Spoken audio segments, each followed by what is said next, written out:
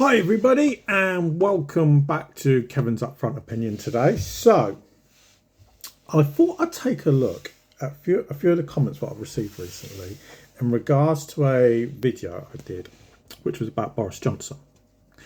And is he the person that you could arguably blame for the position that the country is in now?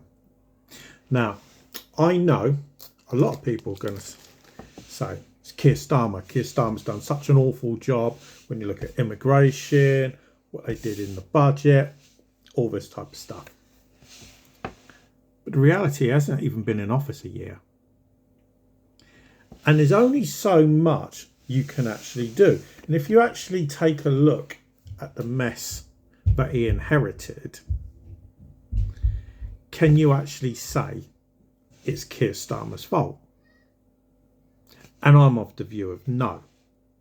And I'm not a Labour voter. I almost said I've never voted Labour. I have voted Labour once, which was about 1997, when Tony Blair beat John Major to become Prime Minister. And I got wrapped up in the whirlwind. So obviously when I did this video, might get a few comments, might get a bit of sarcasm. I was actually surprised how many views that we actually got. And some of the comments that we received as well, because it's a mixed bag. So there's a certain amount of people that blame Margaret Thatcher, that she destroyed the UK because of what she did to the unions. And all those things in the 1980s. And let's not kid ourselves. Okay, the 1980s, I'm old enough to remember the 80s. I was born in the late 70s. I remember what the 80s were like. But can you blame Margaret Thatcher? Because at the end of the day, the woman's dead. And she lost power, 35 years ago? And since then, you've had John Major, Tony Blair, Gordon Brown, David Cameron, Theresa May. We're up to 5 already. Theresa May, Boris Johnson, then the other woman, then Rishi Sunak, and now we're at Keir Starmer. 9 prime ministers since Margaret Thatcher left office 35 years ago. 9 people that have had the opportunity to turn it around. So let's forget about Margaret Thatcher. Sweep her aside. You can't blame Margaret Thatcher when she left office 35 years ago, if not longer. Okay, I think it was 1990s, but she left. Somebody may put me right. I haven't double checked it. So that, I don't buy into that argument. John Major.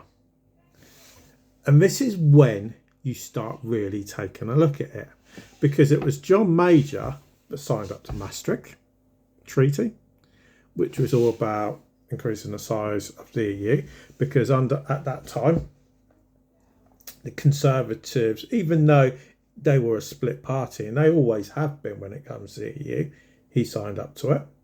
Tony Blair signed up to it more.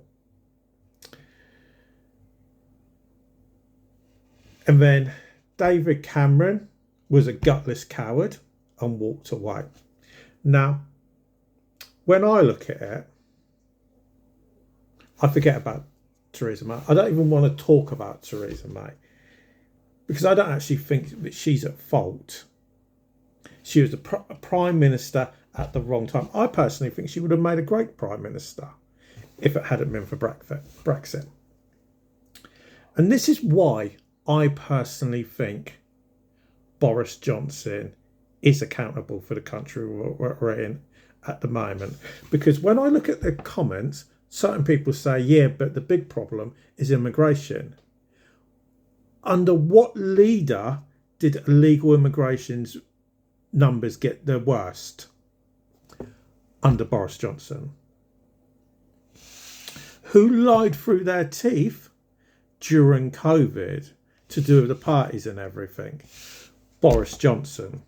Who had the most amount of sleaze in their government, arguably in the last 30 years. Boris Johnson. Now, then we come on to the EU. Who sold out the fishermen? Boris Johnson. Who brought back a deal, which is arguably no real difference to what Theresa May. There is a few fundamental differences, but not a lot. Boris Johnson yet again. Who did a lousy job when it came to COVID? Boris Johnson yet again. So no matter what you look at, everything's Boris Johnson. Did he do a good job as Prime Minister? Now, I could speak to people and they will tell me Boris Johnson was a fantastic Prime Minister. I go and speak to my own father. He will tell me Boris Johnson is the best peacetime Prime Minister we've had since the Second World War. That's my father's own words. I have questioned to check him for whether he's losing his marbles or anything. He may not like that, as he is coming up to 80, but that is his personal opinion. I personally disagree with it. Now, when I look at it and I take into account the views of what everybody said, the only other person that I can argue that can compete with Boris Johnson for being incompetent is Tony Blair. Now, me personally, I normally rate Tony Blair as the second best Prime Minister in peacetime, behind Margaret Thatcher. That's my personal view. Some people may agree, some people may argue the case. And the only reason that he wouldn't hit number one is because of what he did when it came to Iraq and Afghanistan. If he hadn't done that, there's an argument that he could arguably be number one. And let's not forget, when everybody's kicking off, and they are, when it comes to the illegal migration numbers, who pretty much started it? Who allowed uncontrolled migration within the EU to the UK? Tony Blair. Who invaded, whether you can put the argument whether it's legal or illegal, who invaded Iraq? Tony Blair. So, when it comes to it, which one is the worst one? I would actually personally say Boris Johnson is, because I personally believe he did far more damage than Tony Blair ever did. And I appreciate a lot of service personnel died in them invasions in Iraq and Afghanistan. And I do appreciate that. And I know people that served in the military, considering I live in a military town as it is.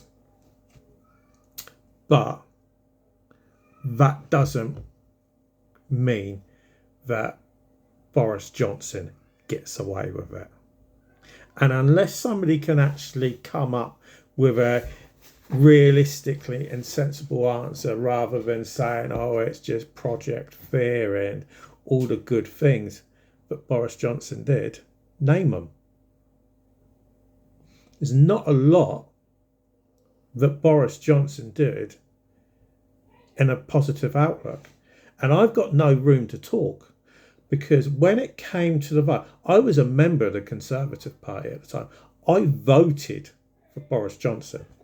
And I'll openly admit why I voted for Boris Johnson. Because on that ballot paper, there was two names. That's all there was, two names. Okay, and I've gone and forgotten the name of the other guy who I wanted to vote for. But he said on that ballot paper that he was going to take it back when it came to the deal with the EU, back to the drawing board. And I thought, you can't do that. You will cause absolute uproar when it came to the right wing or the far right. Okay, and you would have the likes of Tommy Robinson and Nigel Farage. And I'm not saying Nigel Farage is far right, because he isn't. Okay, he is right, but he's not far right. Okay, they would have gone absolutely ballistic. So I knew I had no option but to vote for Boris Johnson. Even though I knew he was the wrong person to lead the Conservative Party and to be Prime Minister, out of the two options, I had no option but to vote for him. Now, do I regret that choice? In some ways I do. But it was the better of the two evils. Because unfortunately, there hasn't been a decent leader within the Conservative Party since Margaret Thatcher. I'm sorry to say it, but there hasn't, and you still don't get one. Now, I'm not a member of the Conservative Party anymore. After Boris Johnson stepped down and Liz Truss took over, because I didn't agree with Liz Truss, I quit my membership. I thought she was the worst possible person to have as leader. So, that's my personal view on it. Okay, I do personally think that Boris Johnson is the problem, and the damage that he caused will take a long time to repair. And I do not believe Keir Starmer will be able to fix it.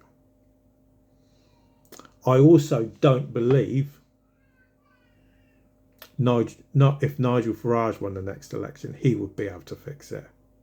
Because when all these people say it's all about immigration, Nigel Farage has already said it publicly in interviews that he will not be able to get rid of all the illegal migrants that come to the UK. He won't be able to do it.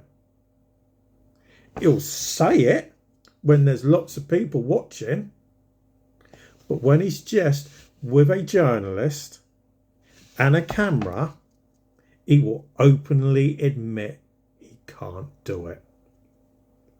So, we'll see what happens. Let us know what you think. But for now, thanks for watching, and we'll speak to you again a bit later.